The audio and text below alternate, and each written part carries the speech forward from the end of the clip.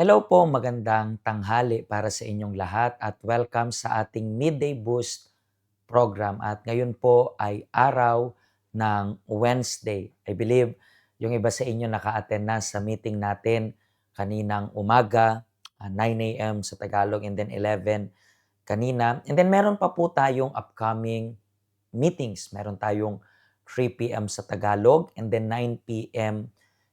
Sa English. I mean 3 p.m. sa English and 9 p.m. sa English pa rin.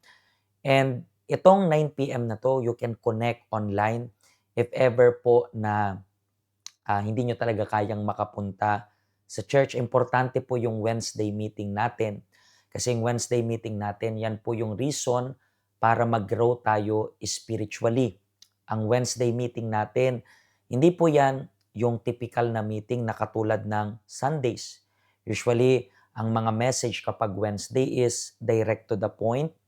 Hindi para masaktan kayo. Kasi yung katotohanan, di naman yan nakakasakit. Ang katotohanan ang siyang magpapalaya sa atin.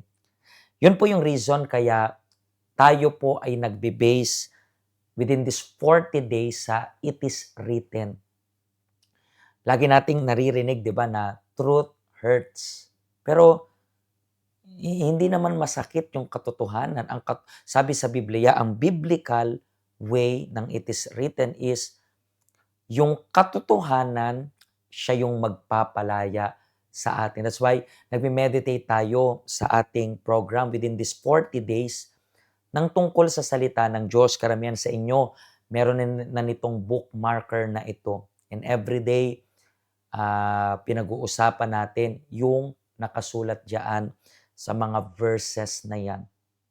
And talking about yung mga nakasulat sa verses na yan, if ever po na hindi nyo nasubaybayan, kasi ngayon po yung day 7. Day 7 ng ating 40 days na nagme-meditate tayo sa kung anong nakasulat sa salita ng Diyos. And talking about nakasulat sa salita ng Diyos, itong previous days pa nga, I think 3 to 4 days pinag-uusapan natin, puro sumpa, sumpa, sumpa, sumpa. At kung hindi nyo po napanood, mas magandang balikan niyo po sa ating YouTube channel. Kayo po na siguro ngayon lang kayo ngayon nyo lang na-discover itong program na ito kasi pinag-uusapan natin 9 a.m. sa English and then 12 noon sa Tagalog. Pinag-uusapan natin itong tungkol sa pagiging blessed. Pero syempre, hindi naman automatically blessed agad tayo, di ba? Yan yung napag-usapan natin last time. So, anong dapat nating gawin para mabless tayo? At bakit tayo binibless ng Diyos? Actually, yan yung pag-uusapan natin ngayong araw na ito. Tingnan nyo po, pinagpala para maging isang pagpapala. Ang babasahin natin na verse of the day natin is nakasulat dyan sa libro ng Galatians chapter 3. Magsisimula tayo sa verse 6. Sabi dito, tingnan nyo ang nangyari kay Abraham ayon sa kasulatan. Sumampalataya siya sa Diyos, kaya itinuring siyang matuwid. So, dito po, let me just cut muna ito.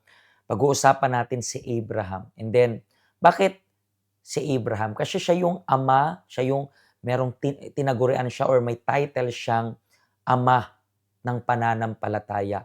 Ibig sabihin, siya ay isang example natin when it comes about sa pananampalataya. And dito, sinabi na tinuring siyang matuwid dahil sa faith na meron siya. At kung gusto nyo rin pong ituring kayo ng Diyos na matuwid, you have to use yung faith na meron kayo. And let's continue reading. At ang magandang balitang ito'y ipinahayag ng Diyos kay Abraham nang sabihin niya, pagpapalain ko ang lahat ng bansa sa pamamagitan mo. Sumampalataya si Abraham sa Diyos at pinagpala siya. Kaya lahat ng sumasampalataya sa Diyos ay pinagpapala rin tulad ni Abraham po. So, dito po sa verse na binasa natin, makita nyo po na para maging pinagpala ka, kailangan mo munang maposes itong Abrahamic faith. Anong ibig sabihin ng Abrahamic faith? Yung faith na sumusunod sa salita ng Diyos. Faith na puno ng sakripisyo. Kasi hindi naman po porket sinasabi nating sumunod kayo, hindi naman po madaling sumunod sa Diyos eh. Isang malaking sacrifice ang pagsunod sa salita ng Diyos. Pero sa kabilang banda, kapag sumusunod tayo sa salita ng Diyos, meron tong balik sa atin. Diyan na papasok yung pagpapala. Pero bakit yung title natin? Tingnan nyo, pinagpala para maging isang pagpapala. Bakit yan yung title? Kasi kapag sumusunod ka sa Diyos, ikaw rin po ay nagiging example para sa iba. Paulit-ulit lagi naming sinasabi dito sa help center natin, ayaw namin kayong maging religious. Ayaw namin kayong maging relihiyoso. Bakit ayaw namin kayong maging relihiyoso? Kasi yung mga taong religious, alam nila yung dapat gawin pero hindi naman nila ginagawa. Pero magaling sila magturo. Magaling silang mag-quote ng Bible verses. Pero remember this, ilagay nyo po ito sa isip ninyo. Ang tunay na pananampalataya is yung taong sumusunod sa salita ng Diyos. At dahil sumusunod ka sa salita ng Diyos, ang consequence nito, pagpapalain ka. At bakit ka magiging pagpapala sa iba? Kasi sabi dito sa verse na, yung next verse, kasi sabi dito, ipinahayag ng Diyos kay Abraham nang sabihin niya na pagpapalain ko ang lahat ng bansa sa pamamagitan mo. So, dahil sa kanya, na-bless yung ibang bansa. Bakit? Kasi siya ay isang example. As of now, taga-ibang bansa tayo, hindi tayo taga-Israel. Pero tayo ay nabibless based sa example ni Abraham. So lahat tayo nabibless. So ano nangyari kay Abraham? Nagiging isang blessing siya para sa atin. Bakit? Kasi isang malaking example, isang magandang example yung action niya. At ganun rin po sa inyo. Ganun rin po para sa bawat isa sa inyo. Dapat kayong maging example. At para maging example kayo, kailangan yung sumunod. At kapag sumusunod kayo at example kayo, nagiging blessing kayo para sa iba. Yan po ang meditation natin for today dito sa 40 Days It Is Written. Kung wala pa po kayo nitong bookmarker na ito, pwede nyo po na kunin yan dito sa address na ito.